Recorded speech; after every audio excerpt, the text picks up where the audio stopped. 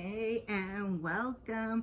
Miss Kira Speaks here with another late one for you.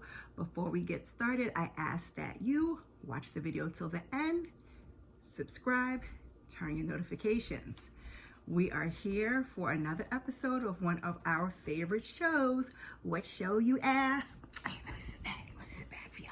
Don't mind my stomach. Queens, because I got the Queen shirt on for y'all. So it's Queens, season 1, episode 2. The episode is titled Heart of Queens. So in the episode, we pick up right where we left off. We're at 6 months after the BET Awards performance, and Brianna says, so a mom, a washed up musician, a disgraced daytime TV host, a lesbian church lady, and a young rapper fresh out of rehab are going on a world tour. Yes, they are. So the ladies are saying we need to do it right this time, be a family, stick together. And while they're saying this, we see another vantage point. We are looking at them from behind, so somebody's watching them.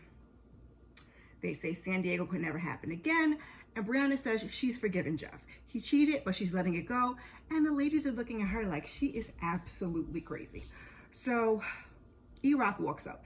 He's looking like he's just been in a fight. The ladies are all asking him what happened, and he's like, it's about you guys, your future, redemption. When all of a sudden somebody walks up, all black, hood, face covered, whole shebang, and they have a gun.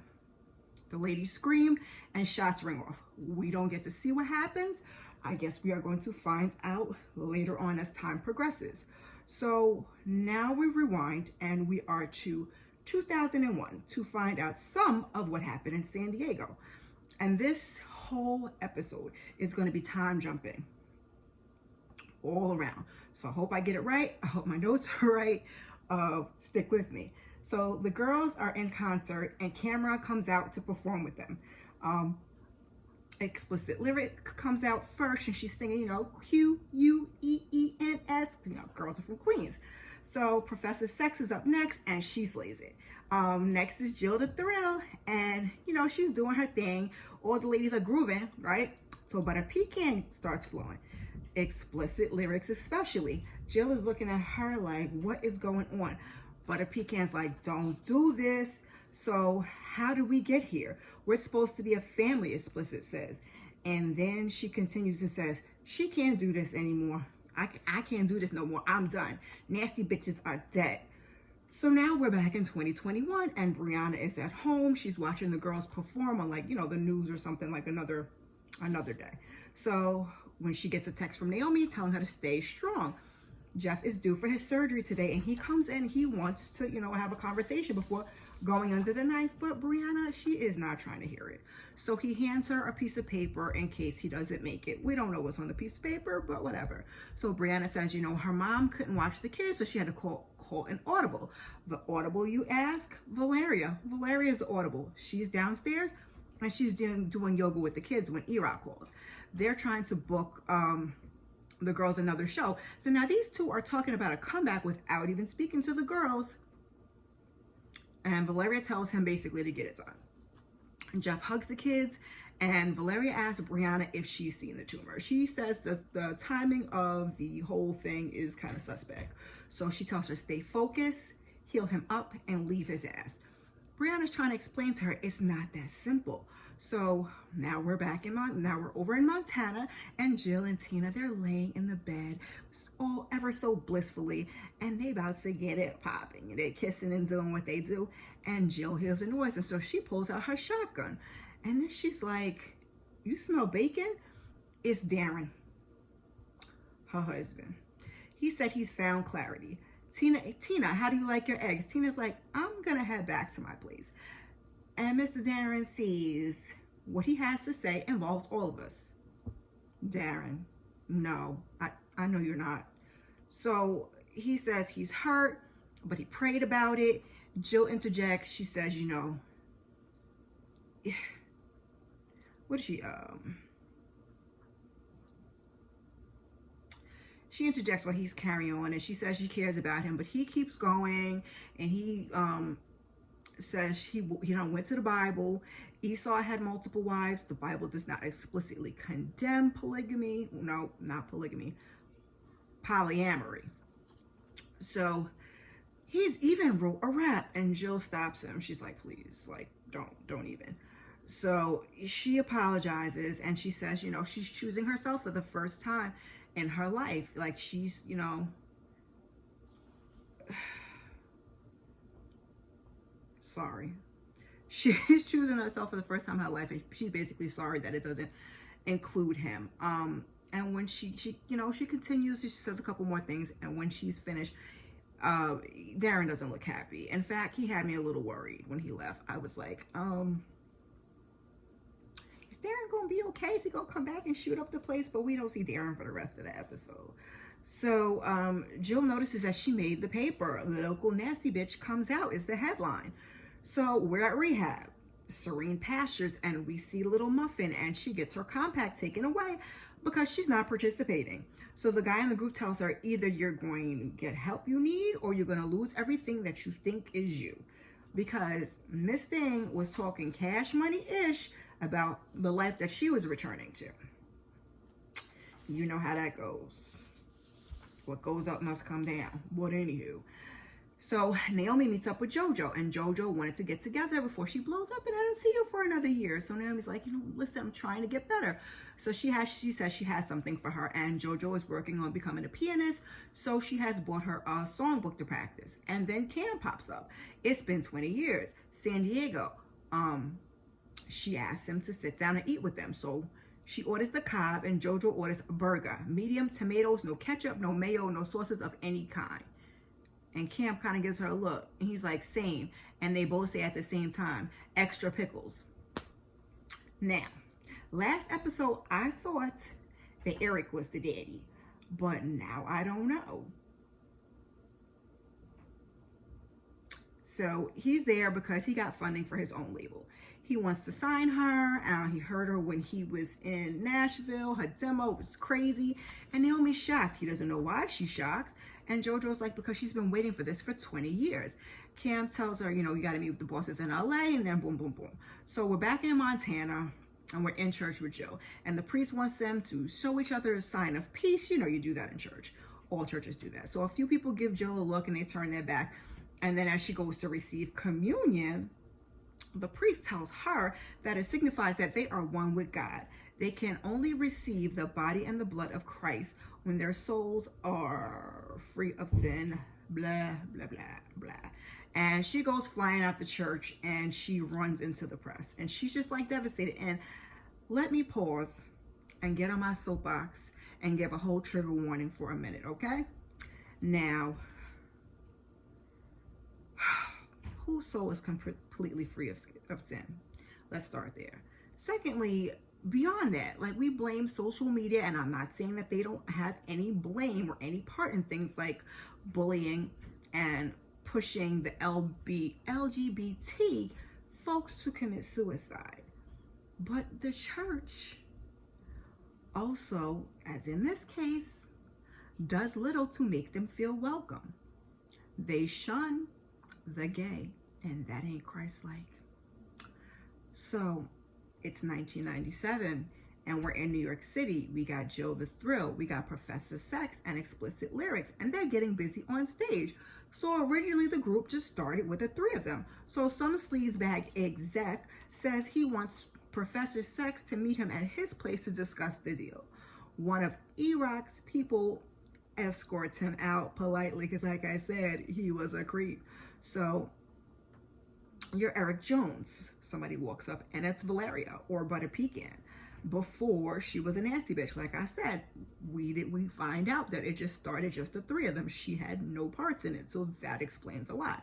So she says he needs to know her. The girls are dope. This is her third time there, and still no deal. Hip-hop is about to be global, and one day soon, rappers are going to be the biggest pop stars in the world. Well, she was not wrong about that. So she says what's missing from the group, she's what's missing from the group, and she slides the demo into his pants.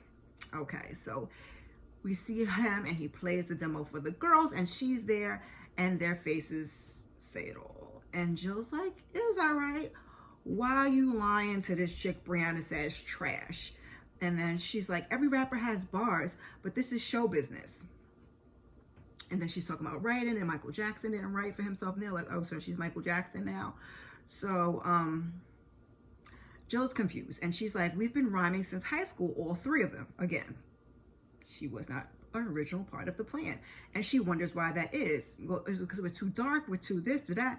And she says no one outside of Queens will know who they are, this is Valeria speaking, if they don't take it to the next level. And she says she knows how to sell, she knows what she brings and what they can be. And Naomi hands her a piece of paper with some lyrics, you know, because she's like, you know, let me see, she's talking all the trash, let me see what she could do.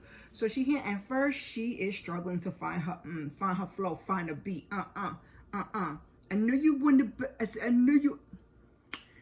And Jill laughs. She taps Brianna. She's kind of laughing too. But like I said, finally she gets it. And Naomi's like, this song is going to be the number one record in the world. And I guess we know.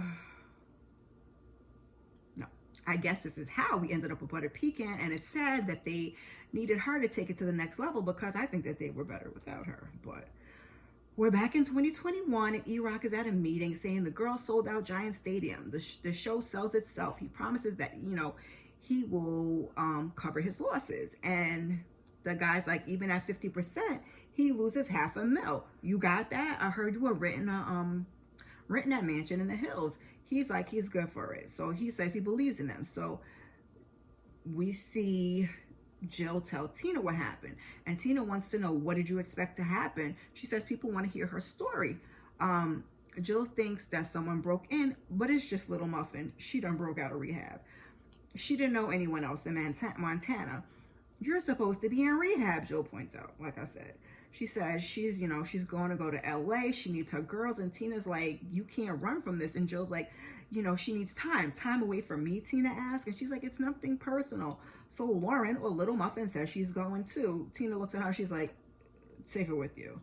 And Lauren's like, yay. So we pop in on Naomi, and she's playing her music for Cam and the execs, and she's excited, and the exec says, powerful stuff. And before she can continue, he asks if she's ever heard of Tokyo Venus, a singer-ish.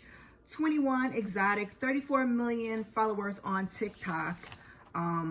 But she's having trouble writing an album, and he wants her to write for him. He calls her an authentic writer.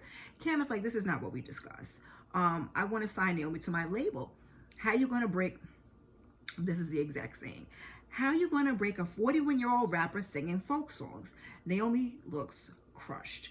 And I was looking at the exec like, excuse you, sir? So he continues, we sign stars, people with an undeniable something. At your age, Naomi, this is the best way to stay in music. The absolute nerve.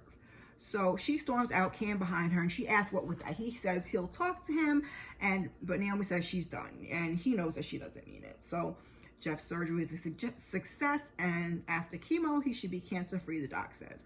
So after the doc leaves, he talks about him looking handsome, and you know, he knows he could be a better husband. And Brianna's like, listen, she doesn't know if she's over him cheating. He's like, he acts like he doesn't know she's talking about cheating. What are you talking about? I would never cheat on you.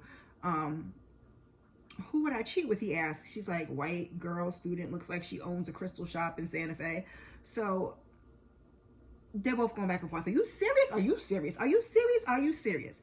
So back at home, Valeria is like, girl, he is lying. She had the same storyline on General Hospital, and I was on her side with that one. So Brianna says, the surgeon says short-term memory loss is normal after brain surgery. How can I leave a man that doesn't even remember what he's done?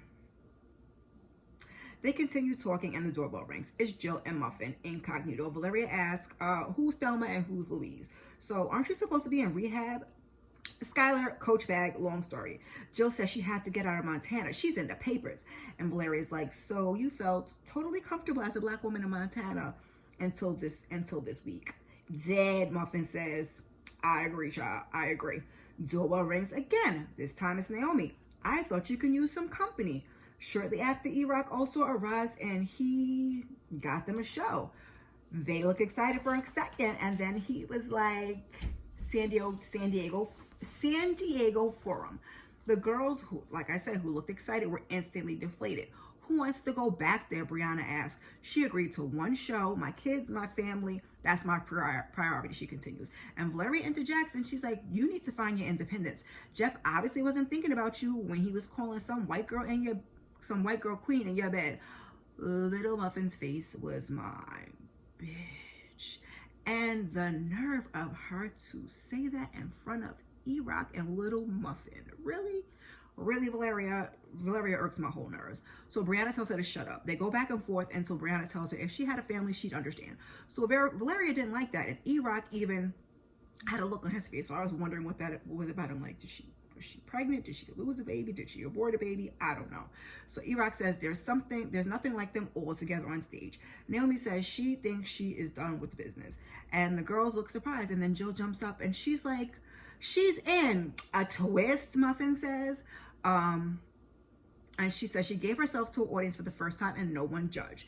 This is her second chance. This is their second chance at friendship, at finding our voices, and how can we pass that up? Valeria tells Brianna she just wants her to be happy. I guess someone has to pay the bills, she responds. But we cannot do this show without you, she tells Naomi. So finally she shakes her head. Explicit lyrics is all I got, I guess. So they're excited. They want to rewrite history. E-Rock, he stops Naomi in the hallway and they talk. And she tells him, listen, it was one night and she meant it. Going back to the past makes her feel like a failure, and it makes it seem like she's cool with what he did to them. So he's trying to make up for all his mistakes. And then Valeria walks up and Naomi, she exits stage left. And she's like, she doesn't know how he did it. And he's like, listen, if they don't sell out, he owes a promoter $500K and he ain't got it. And she's like, she does. They can scrape it together. I got you. We could, this is the least we could do.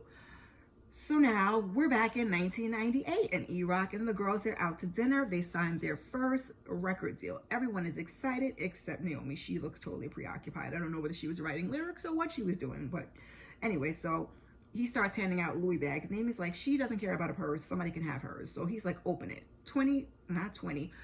We're not going to correct the numbers in this one. 200 racks each as a signing bonus. Thanks for making it happen, babe, Valeria says, and Naomi doesn't look happy. But they all sign and celebrate, and queens against the world. Nothing can break us up, Naomi says. And then we see them doing cribs, and their heart ain't in it. I don't even know what year this was. Did it tell us what year this was? Oh, I guess this is probably in 98 also. Valeria, she's got on her Juicy Couture sweatsuit. I used to love me some Juicy Couture. Jill's got on her baby fat. And the director asked them, like, can y'all look like you like each other? So they argue, for a little while. And then they pull it together. And when they rap, they cannot get away from each other fast enough. I heard them when they were in the Breakfast Club. And Notorious talking about when 3LW did cribs. And they did not have a house. Same stuff here. They got to be out by 3. So Valeria goes and she hops in what looks like a Rolls Royce with E-Rock, and Jill asks Naomi like why she's still driving a Corolla. One of the girls and the crew approaches Jill and asks her how long she's there. She's a huge fan. Maybe I can show you around. Dinner maybe. She gives her a number, and Jill's face turns and she starts to go in talking about this is the problem with chicks like her, and Naomi tries to step in and she clearly don't know who I am and she thinks I'm gay. Jill, you are straight telling on yourself because I did not even think the girl was flirting with you, but what do I know? So she continues, she could have, I could have any man I want to, just straight out of line, me, I'm saying she's just straight out of line. Jill, that is. So Naomi had to grab her before she hurt the girl. I was like, dang, girl, like, so you knew, you've been in your feelings for a long time, baby, but okay. She, we to a good place now. So we're back to 2021 and Tina calls Jill, but before, she didn't really want to answer, but before they can even say anything, she's like, she got to call her back because Little Muffin done jumped out the window trying to sneak out the house. So, like, she's a doggone teenager. So the 4 women, she's sitting down, they all standing there looking at her like, this is crazy. Brianna's like, I got kids, you ain't one of them. They're going back and forth. And then they're saying a couple things, and Jill's like, can I speak to Lauren alone? So she tells her, like, you can't just go to the club and have one drink because it'll lead to other things. I'm not you, Lauren says. Why would I take advice from somebody who's scared of their own shadow? So Jill's like, all right, girl, go off, continue. You're scared to come out. It's 2021. Who isn't a little gay?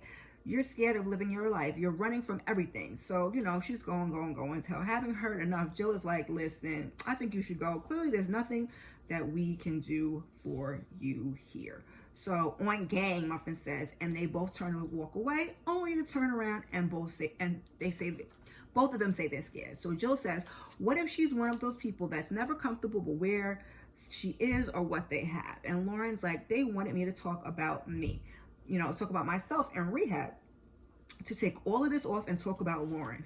She says she hasn't known who she is since she was 15. And that had me in the feels. I was like, I don't know if I could, I don't want to be famous. I would like to be rich. I would not like to be famous.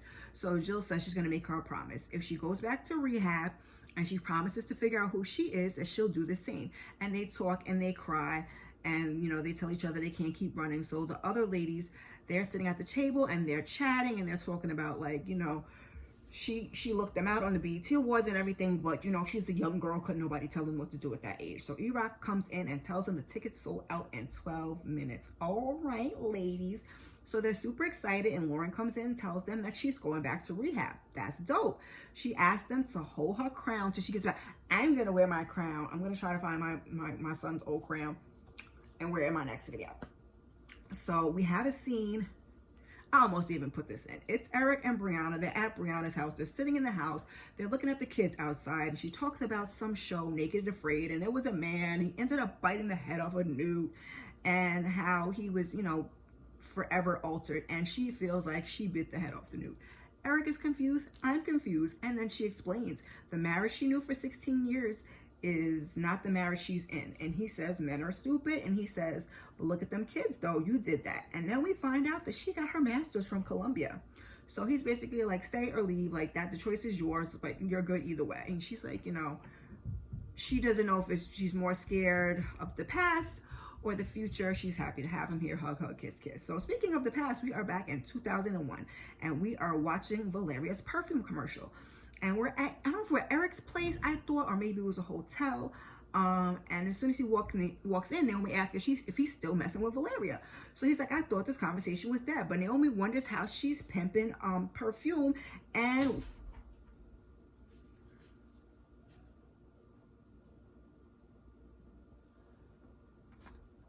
my kids be entirely bugging. How she's pimping perfume and whipping a rolls. He asked if she's jealous, and she's like, again, are you still messing with her? Why do you care? It doesn't matter. We're not together. He's trying to turn the conversation around. What do you want? You don't want to be with me, but you don't want me to be with Valeria. He wanted her from day one, but that was her choice to keep it a secret. She explains that she didn't want to be discredited for coming up on the label while they were messing around. She didn't want people to think that she got there on the strength of him. So he's like, okay, we're here now, and I'm telling you I want you, and he's ready, and she stays the course. And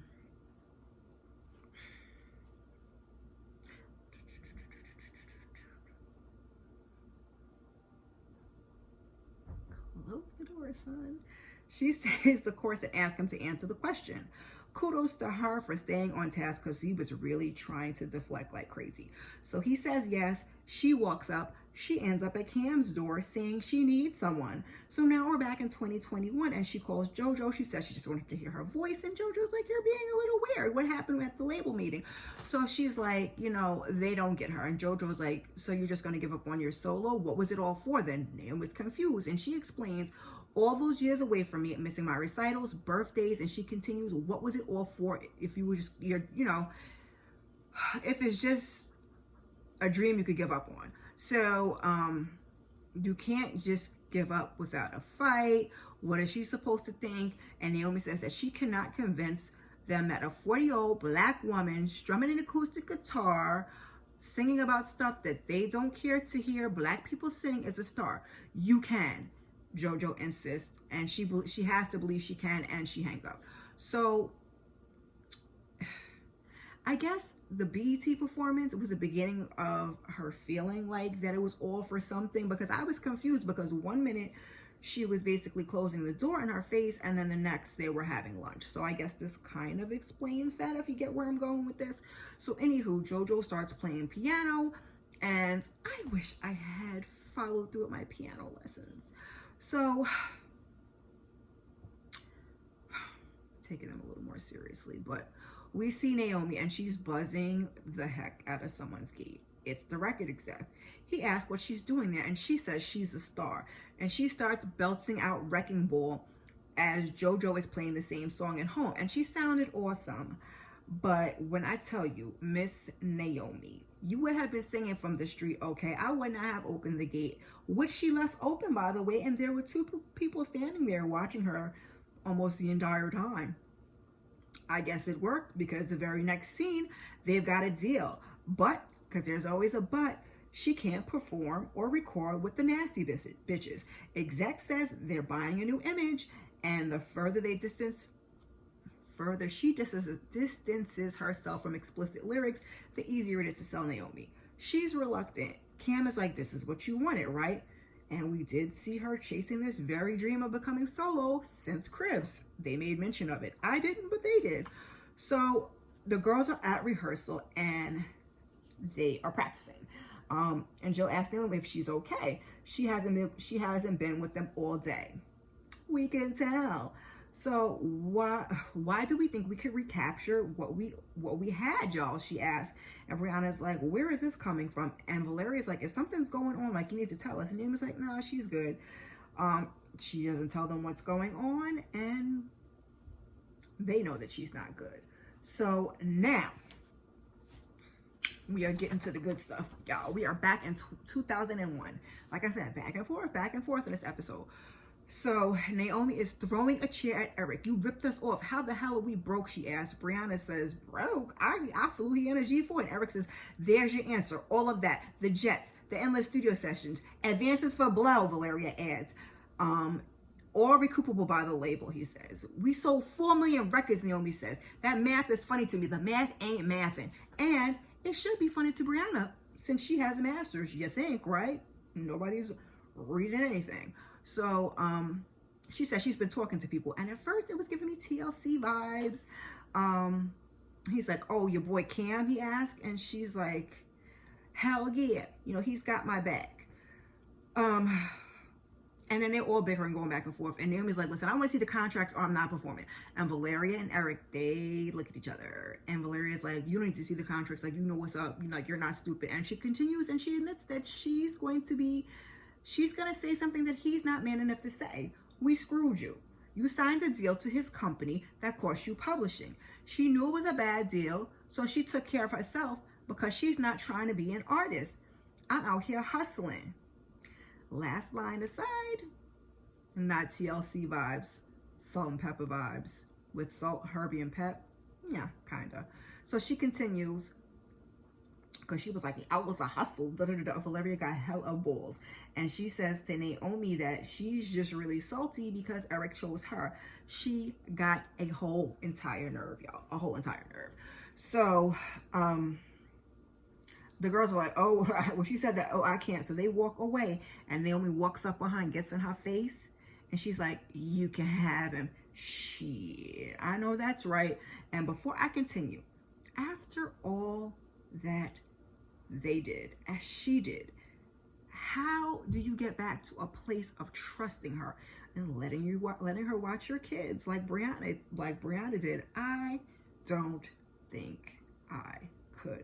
So Valeria says they're gonna go out there and they gotta get this money because no one ever leaves when they're on top. And they're like, oh, Brianna's like, well, I didn't read the contract. Jill's like, that's true. So reluctantly, they agree. So that scene just shows you the other part of, did they show it to us earlier? I can't remember. I'm not gonna go look at my notes. But the other part where, I think that was the beginning of the episode. Yes, beginning of the episode where Naomi said Nasty Bitches is dead. This is how we got there. This is what happened directly before then. So we're back in 2021 and all the girls are backstage, but Naomi's missing. And the girls talk about how they can't blame her. Eric calls her and she doesn't answer, but we see her in a car and she's in front of the amphitheater. She starts the car. We never see her drive off. So they're wondering if they should cancel. And Brianna's like, hell no. I'm double Spanx, sewn in with 3 pounds of makeup and a blonde wig down to my ass. She looks good as hell. She's not going to let anyone or anything stop her. She says, maybe this is not a comeback, but tonight is tonight. And she is going on stage without Naomi. And she's asking them if they're riding with her or not. So the ladies hit the stage. And this is another one. We have 2 scenes like intermingle, but I'm going to separate them as best they can. So first Professor Sex, then Jill the Thrill, then Butter Pecan. So while they're hitting the stage, we see Jeff comes home. The kids are excited. Jill is back at church with Tina. She's like, she walks up to the priest and she's like, I'm black, I'm gay, I rap, and I'm also a woman of God. This is my church. So you can turn me away with your bigotry disguised as holiness, but I will never stop coming. She will not be ashamed anymore. Then we also see Valeria is with Brianna, who's looking unsure, and she tells her, like, listen, I get it, because the baby comes up and hugs her, and kids, precious kids, make you do some foolish things, but please don't stay in a marriage for your kids. But anyway, we're not going to get into that right now because we're at 30 minutes.